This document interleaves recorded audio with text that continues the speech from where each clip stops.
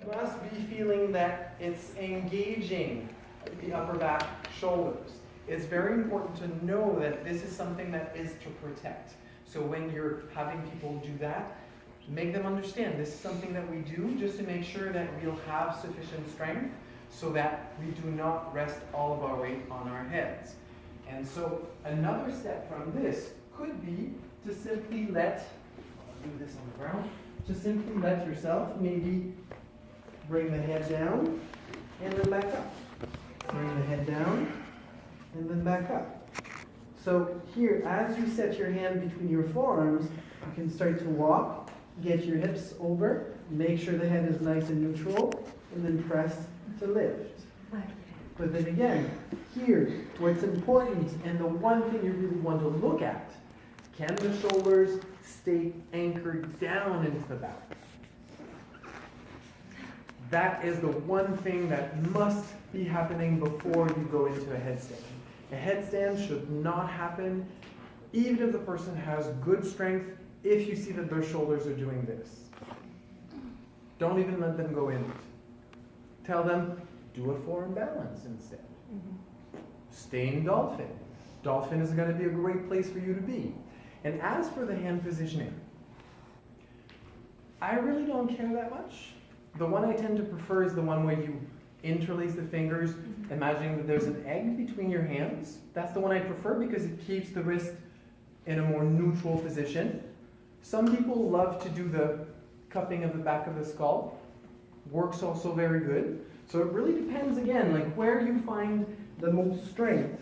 So when you're here, the one thing that I find is a little bit more difficult here is that your arms, because they're supporting your head, they're not supporting you. So when you're like this, your arms definitely don't have as much strength as when they're like this. Like this, they're really ready to push. When they're like this, the amount of strength that they have available is a lot less intense. So I'm not saying it's not as safe, I'm just saying that you have less strength available. That's it. It doesn't mean that you won't be able to come out of this very comfortably. So when going into a headstand, especially for the first time, we did a lot of L-based things on the wall. So I would tend to suggest to probably do the same. So when you're trying to lift into a headstand, especially since your weight is directly on the head and forearms, you really want to make sure that there's no jolt. So when you're jumping into a headstand, that's the biggest no-no for me in the practice ever. So ideally, never, ever, ever, ever do we jump in a headstand. Just because we don't want to have that kind of little tremor or that wave that goes through our spine, especially as there's weight going into the spine. So one leg's length, you trace a line. So basically, this is the line behind you.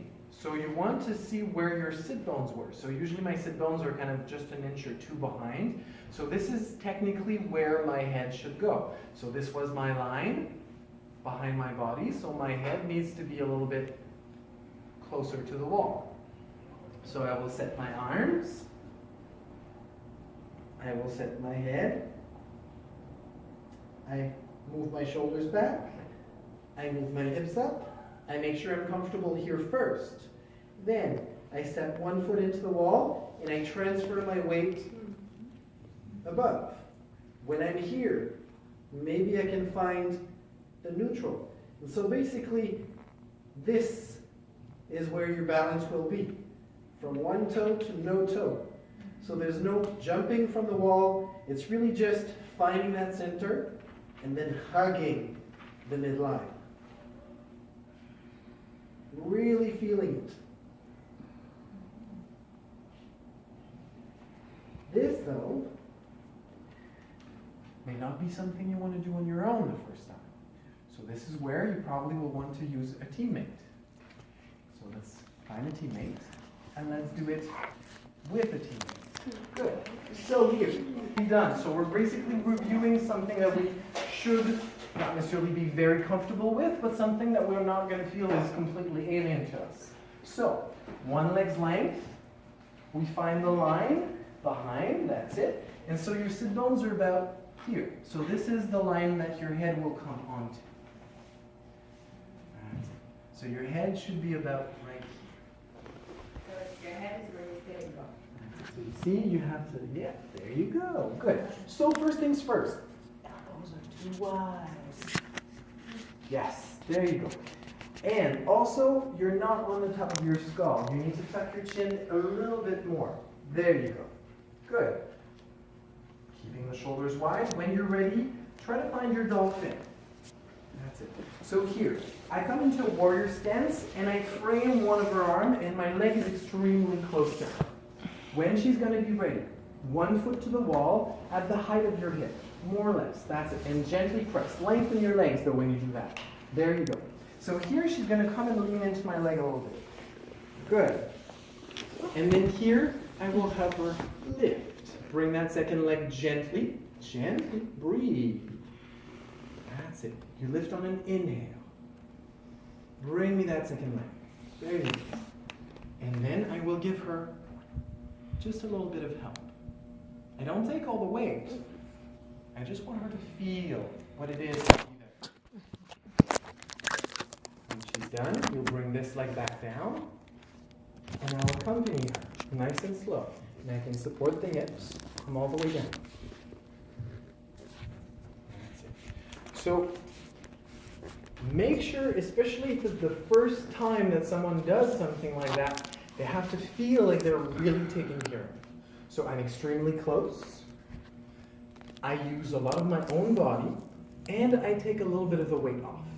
It gives you a chance to feel a bit more, okay, how do I place my shoulders? Am I really in the good spot in my head? And also, did you feel anywhere within your neck, within your shoulder, where there was compression? No? So that's a pretty good sign. And just like before, you said that, oh, well, that part was really uncomfortable, c'était moins pire. Good. So good. So basically, we just had all the steps together. Now that she was positioned well, that she had a little bit of cushion from her mat, that she had a little bit of help from outside, she didn't feel any compression anywhere in her spine. The place on the top of her head where she felt there was too much pressure before now feels okay. Very good sign. So if you wanted to do it again, maybe you'd give a little bit less help. Maybe this time I would just let her come, be close, but not take the weight off. So those are steps. Did you guys see pretty well what I did? So